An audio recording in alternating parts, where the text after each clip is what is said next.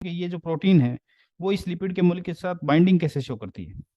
ठीक है, बाइंडिंग मतलब इस प्रोटीन के साथ कैसे कैसे जो है वहां पर आपको मिलेंगे सिस्टम। तो मैं एक बार थोड़ा सा इसको नेक्स्ट लेवल पे लेके जाता हूँ।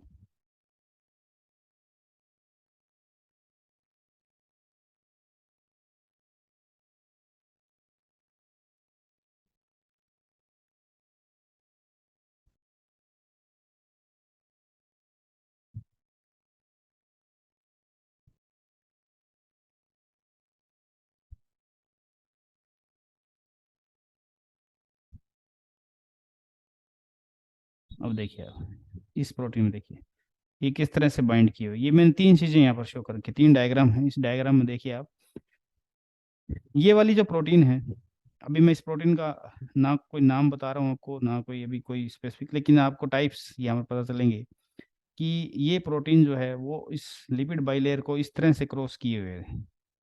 यानी कि पूरा का पूरा जो है यहाँ पर कुछ इंटीग्रल पार्ट भी है और कुछ बाहर वाला पार्ट भी है। तो एक प्रोटीन तो ऐसी हो सकती है कि जो प्रोटीन जो है इस पूरी की पूरी लिपिड को क्रॉस कर जाए। तो इस तरह की प्रोटीन्स को आप क्या बोलते हैं, जो ऊपर नाम दिया हुआ है इंट्रिंसिक या इंटीग्रल प्रोटीन्स या ट्रांस मेम्ब्रेन प्रोटीन्स, इनको क्या बोल सकते हो आप, ट्रांस मेम्ब्रेन प्रोटीन या इंटीग्रल प्रोटीन। ये स्पेशली आप ध्यान रखें भी, ये जो है इसको आप TMP, transmembrane, TMP, transmembrane protein भी आप इनको बोल सकते हैं, टीएमपी। ठीक है, या फिर इसको इंटीग्रल प्रोटीन बोल सकते हैं या फिर इंट्रिंसिक प्रोटीन, जिसका इतना पार्ट जो है वो लगभग 25 अमीनो एसिड का जो पार्ट है वो इस पर्टिकुलर लिपिड बाइलेयर को स्पानिंग करता है। स्पानिंग का मतलब इसके अंदर से क्रॉस कर रहा है, इसके अंदर धसा हुआ है, एम्बेडेड पार्ट है इसके अंदर, है ना। तो इस प्रोटीन का जो नेचर होता है, जो पार्ट इस पर्टिकुलर लिपिड बाइलेयर को क्रॉस कर रहा होता है, इसका जो नेचर है वो कैसा होगा, ऊपर वाले डायग्राम में हमने डिस्कस किया था कि इसका नेचर जो है वो कैसा होगा, नॉन पोलर होगा, हाइड्रोफोबिक रीजन होगा। जितने भी अमाइनो एसिड है वो कैसे होंगे, नॉन पोलर होंगे। इस रीजन में जितने भी अमाइनो एसिड है वो कैसे होंगे, नॉन पोलर होंगे। और ये नॉन पोलर जो है एरिया जो कि हाइड्रोफोबिक नेचर शो करेगा, हाइड्रोफोबिसिटी शो करेगा इस प्रोटीन का। बाहर वाला जो रीजन है वो कैसा होगा, इतना से इतना लेकर जो रीजन है ये हाइड्रोफिलिक रीजन होगा, और इसमें जो है पोलर पार्ट जो है प्रेजेंट होगा प्रोटीन का। ये वाला प्रोटीन का पार्ट भी कैसा होगा, पोलर होगा और हाइड्रोफिलिक होगा। लेकिन इस लिपिड के अंदर जितना पार्ट है वो कैसा होगा, नॉन पोलर होगा, हाइड्रोफोबिक होगा, यानी कि यहाँ पर हाइड्रोजन वाटर के मॉलिक्यूल हाइड्रोजन बॉन्डिंग से अटैच नहीं होंगे। ठीक है, तो ये मेम्ब्रेन स्पनिंग रीजन है। ये स्पनिंग रीजन जो है वो इस प्रोटीन में भी है, आपको दिख रहा है, देखिए इस प्रोटीन में भी मेम्ब्रेन स्पनिंग रीजन है। तो ये भी एक मेम्ब्रेन स्पनिंग प्रोटीन है, ट्रांसमेम्ब्रेन प्रोटीन है। इस तरह की भी ट्रांसमेम्ब्रेन प्रोटीन होती हैं, और ये दोनों सेम नेचर की हैं। लेकिन फर्क इतना है कि इसके अंदर ये वाली जो प्रोटीन है, एक ये है और एक ये है, ये सिंगल पास है, देखो सिंगल ही है, ये भी सिंगल पास है। लेकिन इसमें क्या हो रहा है कि इस मेम्ब्रेन को वो दो तीन बार क्रॉस कर रही है, ऐसे इस तरह से, इस तरह से, इस तरह से आपको दो तीन बार इसमें से क्रॉस करती हुई मिलेगी। तो ये वाली प्रोटीन जो है वो कई बार जो है क्रॉस कर रही है, यानी कि ये सिंगल पास मेम्ब्रेन हो गया ट्रांस मेम्ब्रेन, और ये मल्टी पास हो गया। मल्टी पास ट्रांस मेम्ब्रेन का मतलब हो गया कि वो जो है इस लिपिड बाइलेयर को दो या तीन बार, चार बार, 7 टाइम, 5 टाइम जो है वो क्या कर रहा है, क्रॉस कर रहा है। तो इसमें मेम्ब्रेन स्पनिंग जो है वो मल्टी टाइम हो जाती है। तो इसमें देखिए आप, इस पर्टिकुलर रीजन के अंदर ये वाली प्रोटीन भी क्रॉस कर रही है और ये भी कर रही है, सेम वही प्रॉपर्टी है। इतना जो पार्ट है इस प्रोटीन का, वो पार्ट भी कैसा है, नॉन पोलर है, जिसमें अमीनो एसिड नॉन पोलर होंगे, और इतना पार्ट ये भी क्या है, पोलर है इस प्रोटीन का भी। तो ये नेचर यहाँ पर सेम रहेगी। लेकिन इन प्रोटीन्स की जो हेलिकल स्ट्रक्चर है उसमें आपको डिफरेंस मिल सकता है। जैसे ये वाली प्रोटीन है, ये प्रोटीन मैंने जनरली प्रोकैरियोट या फिर जो माइटोकॉन्ड्रिया की मेम्ब्रेन है या क्लोरोप्लास्ट की मेम्ब्रेन है उसमें आपको मिलती है। जनरली पोरिन प्रोटीन जो है मैं शो कर रहा हूँ, ये प्रोटीन कौन सी है, जनरली पोरिन प्रोटीन है। तो जो कि बैक्टीरियल जो है सेल मेम्ब्रेन में आपको देखने को मिलती है, ये पोरिन प्रोटीन है।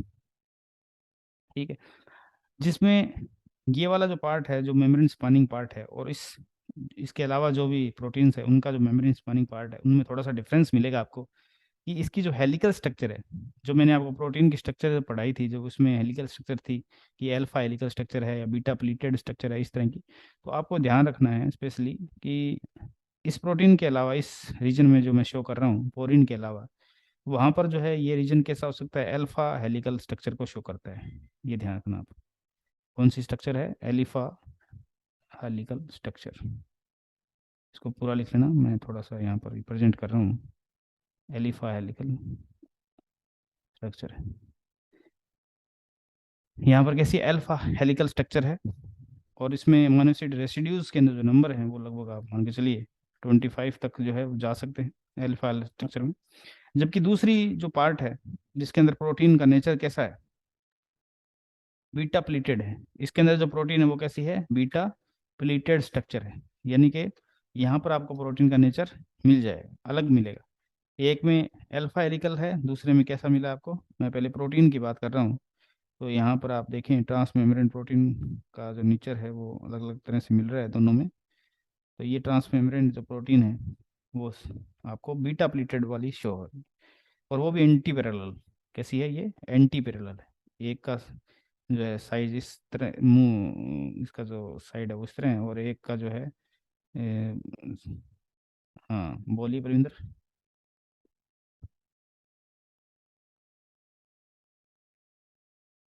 यस बोलिए बच्चे। गलती से हो गया था सर। हाँ कोई बात नहीं। तो इसमें आप देखिए ये अल्फा हेलिकल शो कर रहा है, और ये कैसी स्ट्रक्चर शो कर रहा है, beta pleated, anti parallel beta pleated structure. तो जो स्पानिंग रीजन है वो दोनों में कैसा होगा, नॉन पोलर होगा। लेकिन इसमें पर्टिकुलर जो इसका हेलिकल स्ट्रक्चर है उसमें आपको डिफरेंस मिलेगा। एक में जो आपको एलिफा हेलिकल स्ट्रक्चर मिल रही है अल्फा है, और दूसरे में बीटा वाली है ना। तो एक में 20 से 25 जो अमीनो एसिड रेसिड्यू है, दूसरे में 8 से 22 जो है एंटी पैरेलल बीटा स्ट्रैंड मिलेंगे आपको। तो ये थोड़ा सा ध्यान रखना, जितने भी चैनल प्रोटीन्स हैं जो कि बैक्टीरियल के आउटर मेम्ब्रेन पे है या फिर माइटोकॉन्ड्रिया के आउटर मेम्ब्रेन पे प्रेजेंट है, ठीक है, तो वो जो है कैसी होती हैं, जनरली चैनल प्रोटीन्स में बीटा प्लीटेड स्ट्रक्चर जो है वो प्रेजेंट होती हैं। ठीक है, तो इसमें कितने हैं, लगभग पोरिन प्रोटीन है, और लगभग ये स्टैंड जो मैंने दिखा रखे हैं यहाँ पर, ये वाले स्टैंड, वो लगभग 19 स्टैंड जो है वो प्रेजेंट है। वो ट्राइमेरिक प्रोटीन है, ये कैसी है, ट्राइमेरिक प्रोटीन होती है। पोरिन प्रोटीन के अंदर जो है वो लगभग 16 एंटी पैरेलल बीटा स्ट्रैंड्स है।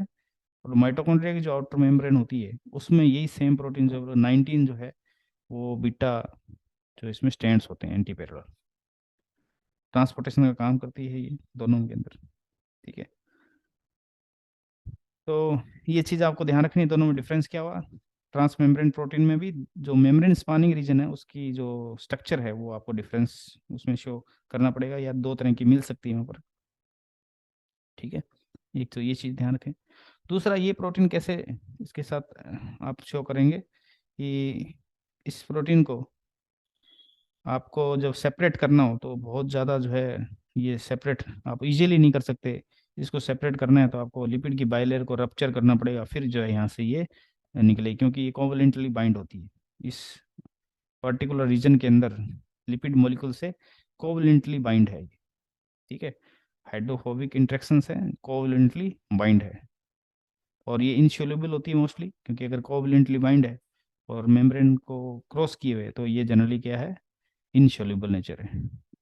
और इसको अगर आप डिटर्जेंट से अलग करेंगे, अगर इसको डिटर्जेंट से अलग करेंगे तो लिपिड की बाइलेयर जो है वो खराब हो जाएगी, यानी कि डिस्टर्ब हो जाएगी, उसको डिस्टर्ब करेगा ये इंटेग्रल जो प्रोटीन है। तो इंटेग्रल प्रोटीन जो है उसका बाइंडिंग नेचर देखिए कैसा है। वो प्रोटीन इस डायग्राम में देखिए आप, मैं ऊपर वाला डायग्राम दिखा रहा हूँ आपको, इस डायग्राम में देखिए ये जो इंटीग्रल प्रोटीन्स है, वो इंटीग्रल प्रोटीन्स लिपिड लिंक भी हो सकते, सॉरी, इसके अंदर जो इंटीग्रल प्रोटीन है वो दोनों तरफ से क्रॉस्ड है, इसके दोनों तरफ से इसको क्या की हुई है, क्रॉस की हुई है। ये स्पेशली आपको ध्यान रखना है लिपिड लिंक प्रोटीन का। अब इसमें नेक्स्ट डायग्राम में देखिए कुछ प्रोटीन्स ऐसी होती हैं जो कैसी हैं, लिपिड लिंक प्रोटीन, जो कैसी है, लिपिड लिंक प्रोटीन्स है, लिपिड के साथ बाइंड की हुई है। देखिए जो कि सिर्फ आधा जो लीफलेट है लिपिड का, उसमें उसकी जो पेनिट्रेंसी है या उसका जो एरिया है वो कहाँ तक होता है, हाफ लीफलेट तक जो है वो बाइंड की होती है।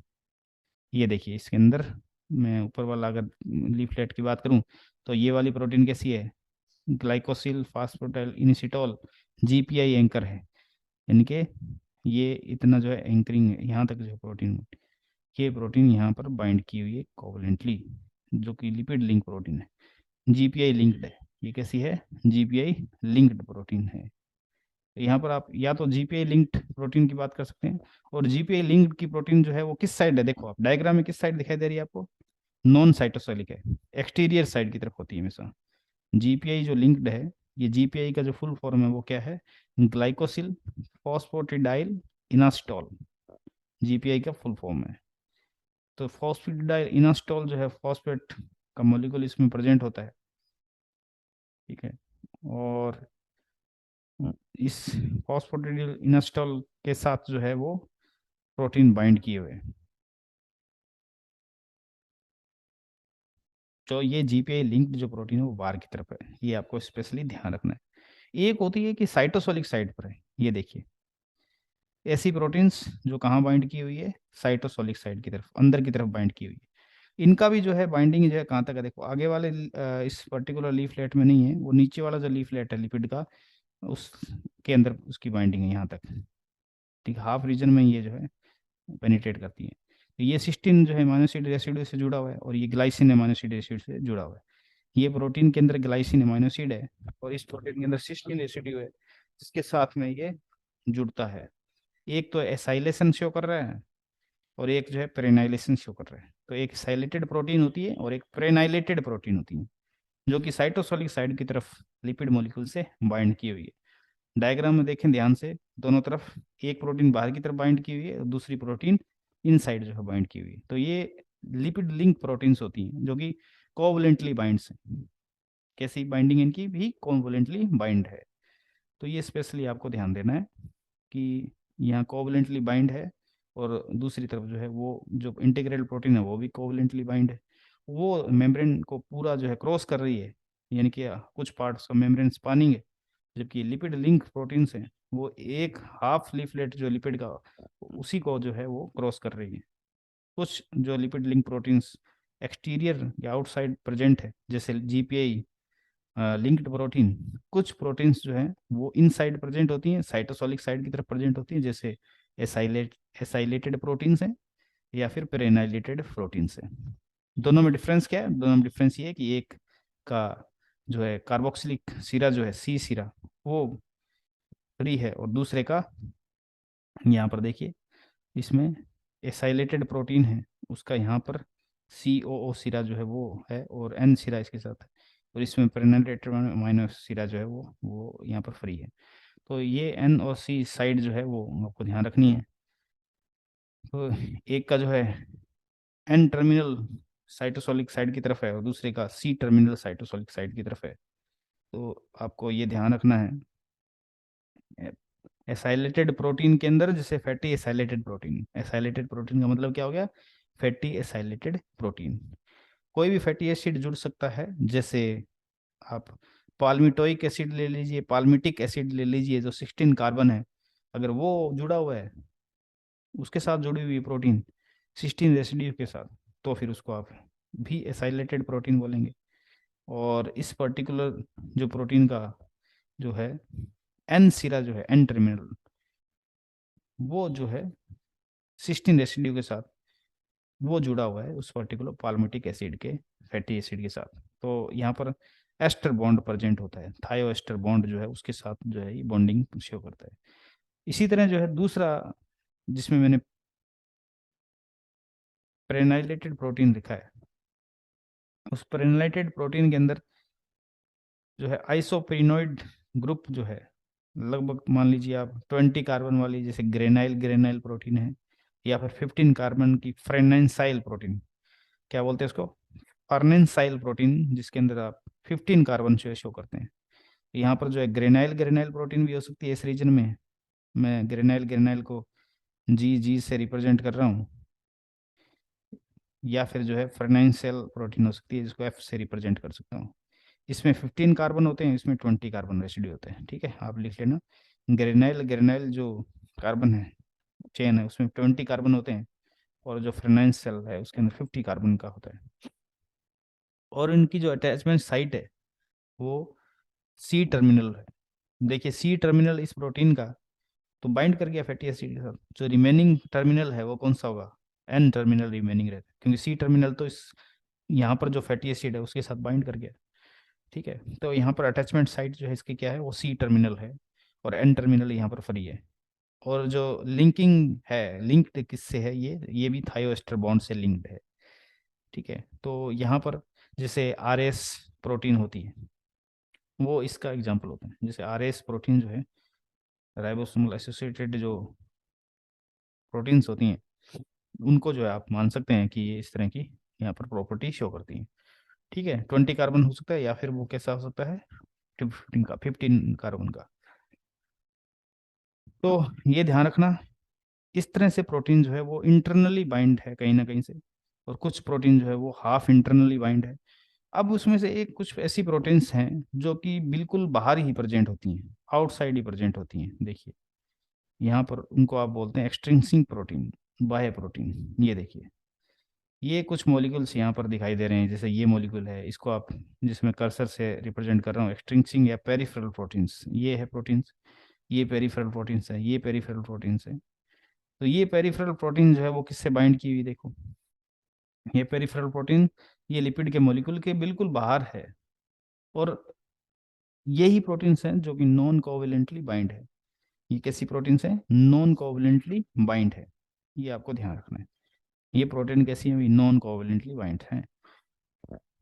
इस कारण से जो है ये सोल्यूबल है, इसको आप इजीली डिटर्जेंट से सोडियम क्लोराइड है या कोई और, उससे आप इजीली सोडियम क्लोराइड से ही जो है इसको इजीली आप क्या कर सकते हैं, रिमूव कर सकते हैं।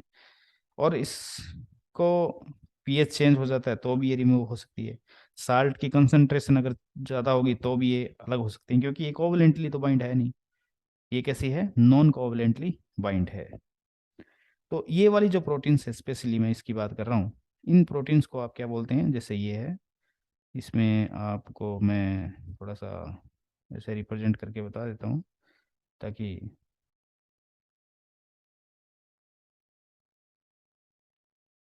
जैसे ये वाली प्रोटीन्स हैं, ये यहाँ पर ये प्रोटीन्स हैं। ठीक है, यहाँ पर ये वाली प्रोटीन्स है, ये प्रोटीन्स। तो ये प्रोटीन्स कैसी हैं,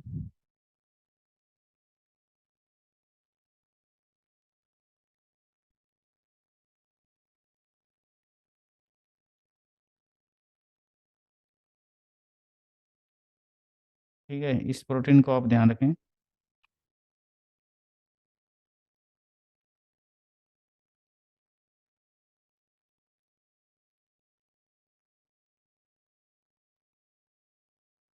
एक मिनट,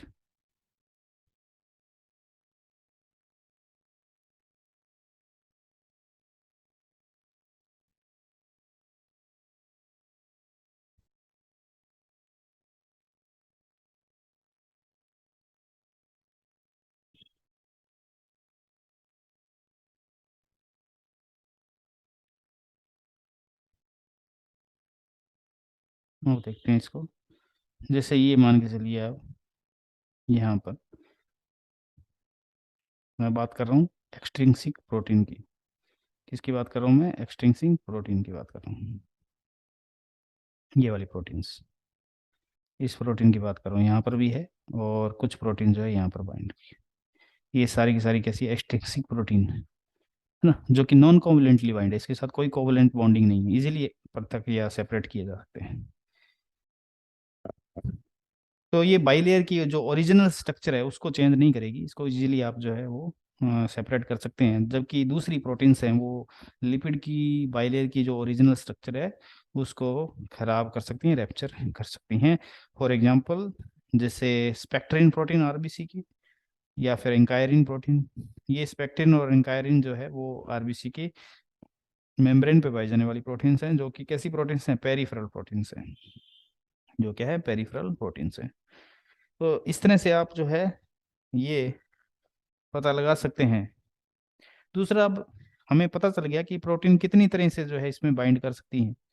प्रोटीन जो है वो कितनी तरीके से यहाँ पर बाइंड की हुई है। अब अब हम एक इंटीग्रल प्रोटीन की बात करते हैं कि अगर इस इंटीग्रल प्रोटीन को अपने को एक्सपेरिमेंटली ये स्टडी करना है कि इसके अंदर जो है इस पर्टिकुलर प्रोटीन का कितना पार्ट जो है इस लिपिड बाइलेयर को क्रॉस कर रहा है।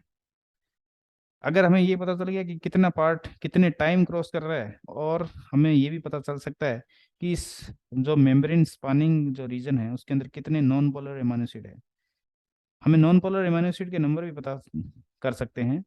हम ये भी पता कर सकते हैं कि जो नॉन पोलर एमाइनो एसिड है उनकी पोलरिटी ज़्यादा है या कम है, यानी कि relative polarity of amino acid वो भी अपन फाइंड आउट कर सकते हैं। हम ऐसी टेक्निक या ऐसा प्लॉट बना सकते हैं इसको डिटरमाइन करने के लिए कि इस पर्टिकुलर रीजन में कितना हाइड्रोफोबिक है और कितना हाइड्रोफिलिक रीजन में प्रोटीन प्रेजेंट है ना। तो ये प्रोटीन सीक्वेंस जो है वो हम फाइंड आउट कर सकते हैं। तो हम एक ऐसा प्लॉट बना सकते हैं जिसको अपन हाइड्रोपैथी प्लॉट बोलते हैं। क्या बोलते हैं? Hydropathy, sorry hydropathy plot. जो हाइड्रोपैथी प्लॉट है वो फाइंड आउट कर लेते हैं हम उस प्लॉट से कि कितना पार्ट जो है वो इस प्रोटीन का हाइड्रोफोबिक रीजन में है और कितना पार्ट हाइड्रोफिलिक रीजन में। हाइड्रोफोबिक रीजन वाला जो पार्ट है उसमें नॉन पोलरिटी है, तो हम relative polarity of amino acid वो भी फाइंड आउट कर सकते हैं। हम ये भी फाइंड आउट कर सकते हैं कि इस लिपिड बाइलेयर को ये प्रोटीन कितने टाइम क्रॉस कर रही है, मल्टी पास है या फिर सिंगल पास है। ठीक है, तो ये सारी की सारी चीजें जो है हम एचपी का मतलब हो गया, मैं लिख रहा हूँ हाइड्रोपैथी प्लॉट। हाइड्रोपैथी प्लॉट से हम जो है ये फाइंड आउट कर सकते हैं। हाइड्रोपैथी इंडेक्स होता है और वो हाइड्रोपैथी इंडेक्स के अपर साइड जो है इस तरह से, जैसे मान लीजिए कि मैं बात करूं यहाँ पर, तो इस तरह से मैं एक ग्राफ बनाता हूँ। इस ग्राफ में यहाँ पर अगर मैं इस तरह से एक हाइड्रोपैथी इंडेक्स को शो करूँ, ये एक स्टैंडर्ड वैल्यू है हाइड्रोपैथी इंडेक्स, यहाँ पर शो किया गया ये। ठीक है, और इसके ऊपर जितना भी पार्ट, जैसे मान लो कोई प्रोटीन का इतना ऐसे ग्राफ आया, ये इस तरह से कोई ग्राफ आ रहा है मान लीजिए। ठीक है, तो इसका मतलब इस प्रोटीन का इतना पार्ट जो है वो ऊपर है और दूसरा इतना पार्ट, दो बार जो है ये अपर साइड जो है शो कर रहा है। तो ये अपर साइड वाला पार्ट जो है वो हाइड्रोफोबिक पार्ट को शो करेगा। इस प्लॉट में अगर आपको दे दे कि एक प्रोटीन का हाइड्रोपैथी प्लेट इस तरह से आ रहा है, हाइड्रोपैथी प्लॉट जिसमें कुछ ये वाला पार्ट दिखा रहा है पॉजिटिव और बाकी नेगेटिव नेगेटिव है, तो ये वाला जो, और इस पर्टिकुलर रीजन में number of amino acid show कर रहे हैं। यहाँ पर जो है क्या होता है, इसके पास नंबर ऑफ अमाइनो एसिड है, और ये जो है आपको इंडेक्स या free free energy change, hydropathy index का मतलब ये है। और इधर जो है नंबर ऑफ रेसिड्यू है, अमाइनो एसिड रेसिड्यू। तो इसमें इतना पार्ट जो है ऊपर वाला, ये वाला पार्ट वो क्या शो कर रहा है भाई, ये जो मेम्ब्रेन लिपिड को क्रॉस कर रहा है, लिपिड बाइलेयर को जो मेम्ब्रेन क्रॉस कर रही है, उस लिपिड बाइलेयर को जो प्रोटीन क्रॉस कर रही है उसमें कितने पार्ट प्रेजेंट है वो बता रहा है ये। यानी हाइड्रोफोबिक रीजन को बता रहा है पॉजिटिव पार्ट, नॉन पोलर जो है अमीनो एसिड को बता रहा है। यानी कि इसके अंदर इतनी non polar side chains present है अमीनो एसिड के अंदर, वो जो है ये इंडिकेट कर रहा है। बाकी जो नीचे